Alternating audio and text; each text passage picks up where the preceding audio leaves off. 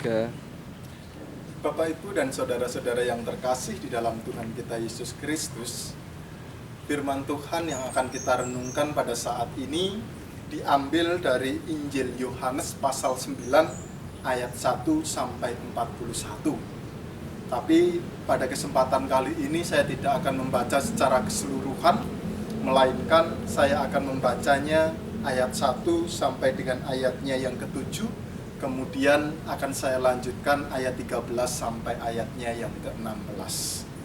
Demikian firman-Nya. Orang yang buta sejak lahirnya. Waktu Yesus sedang lewat, ia melihat seorang yang buta sejak lahirnya.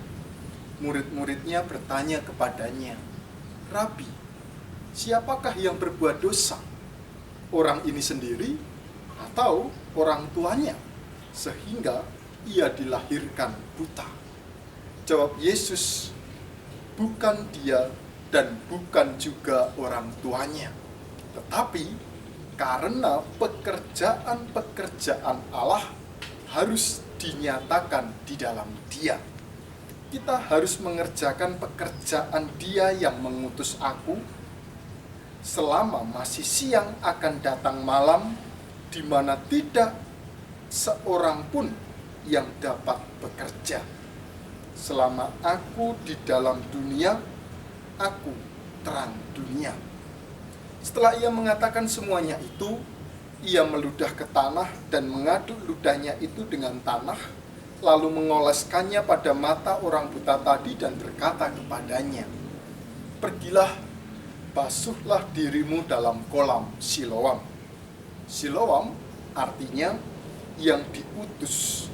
Maka pergilah orang itu, ia membasuh dirinya lalu kembali dengan matanya sudah melek. Lalu mereka membawa orang yang tadinya buta kepada orang-orang Farisi. Adapun hari waktu Yesus mengaduk tanah dan memelekkan mata orang itu adalah hari Sabat.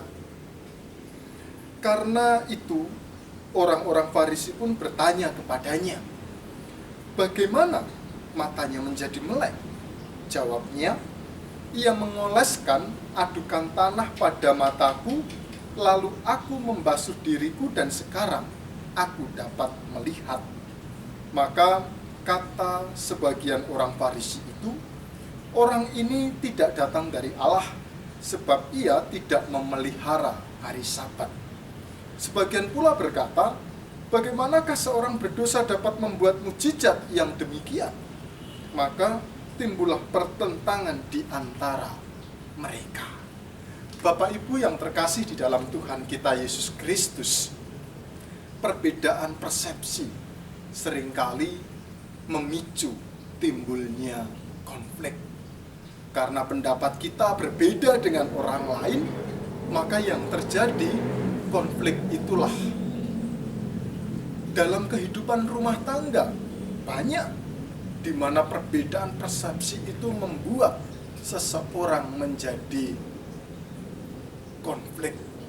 Dalam kehidupan gereja, banyak juga hingga kemudian memicu konflik antara satu dengan yang lain dan mengakibatkan relasi antara satu dengan yang lain menjadi kurang baik. Bahkan kalau kemudian kita melihat dalam dunia pada saat ini yang sedang marak tentang adanya virus corona, hal itu pun juga memunculkan persepsi-persepsi baik antara ilmu satu dengan ilmu yang lain, sehingga hal itu juga memicu sebuah konflik. Ada orang yang menganggap hal itu dengan santai, tidak memperhatikan kesehatan. Tetapi ada juga orang yang sangat obsesif, sehingga sekecil apapun itu bermanfaat untuk kesehatannya. Hal itu pun jika tidak disikapi dengan baik, maka akan memicu sebuah konflik. Dalam kehidupan iman, banyak orang yang kemudian beranggapan punya iman, percaya kepada Tuhan, maka yakinlah semua akan menjadi baik adanya. Tetapi dalam pandangan medis, kita harus benar-benar menjaga setiap apapun yang kita lakukan, baik menggunakan masker, hand sanitizer, ataupun mencuci tangan dan sebagainya, sehingga virus corona itu tidak meluas. Perbedaan persepsi itulah kemudian memunculkan sebuah konflik-konflik yang berkelanjutan antara satu dengan yang lain. Hal yang kurang lebih serupa itu juga nampak dalam bacaan Yohanes kita. Konflik itu terjadi dalam kehidupan Yesus, begitu juga dalam kehidupan orang-orang Farisi. Perbedaan persepsi itu nampak, di mana orang Farisi itu meyakini dengan betul, pertama, orang yang buta itu adalah orang yang berdosa. Yang kedua, hari Sabat itu harus dikhususkan untuk menyembah Tuhan. Tetapi apa yang dilakukan oleh Yesus itu bertolak belakang dari persepsi orang-orang Farisi pada saat itu. Ketika Yesus memberikan mukjizat penyembuhan kepada orang yang buta pada hari Sabat, disitulah muncul konflik antara Yesus dan orang-orang Farisi. Jikalau kemudian hal itu tidak disikapi dengan baik, maka akan terjadi perselisihan yang berkepanjangan. Hingga kemudian kita dapat melihat bagaimana orang-orang Farisi itu tidak setuju dengan apa yang dilakukan oleh Yesus.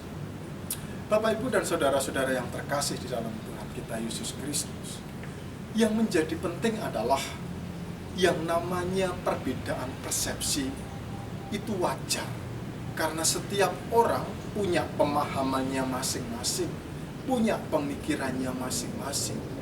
Tetapi ingatlah agar pekerjaan-pekerjaan Allah harus dinyatakan. Oleh karena itu, jangan membuat perbedaan persepsi ini menjadi perpecahan, melainkan justru perbedaan persepsi ini dapat menguatkan kita untuk menyatakan pekerjaan-pekerjaan Allah.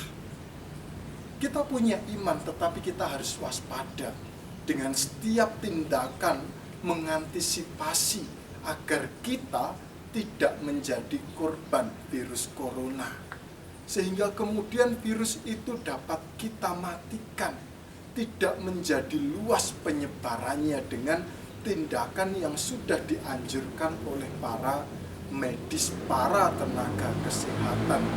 Dan ketika kemudian kita bisa menyikapi hal tersebut, dapat memperpadukan antara persepsi yang ada di dalam kehidupan kita dengan segala sesuatu yang kita terima, maka kita akan dapat menyatakan pekerjaan Allah.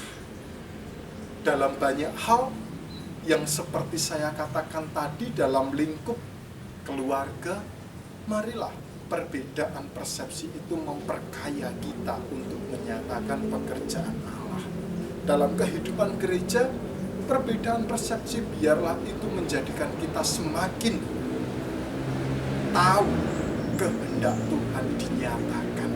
Sehingga ketika kemudian kita bisa melihat hal itu dengan bijaksana, maka kita akan bisa saling bahu-membahu untuk menyatakan pekerjaan Allah.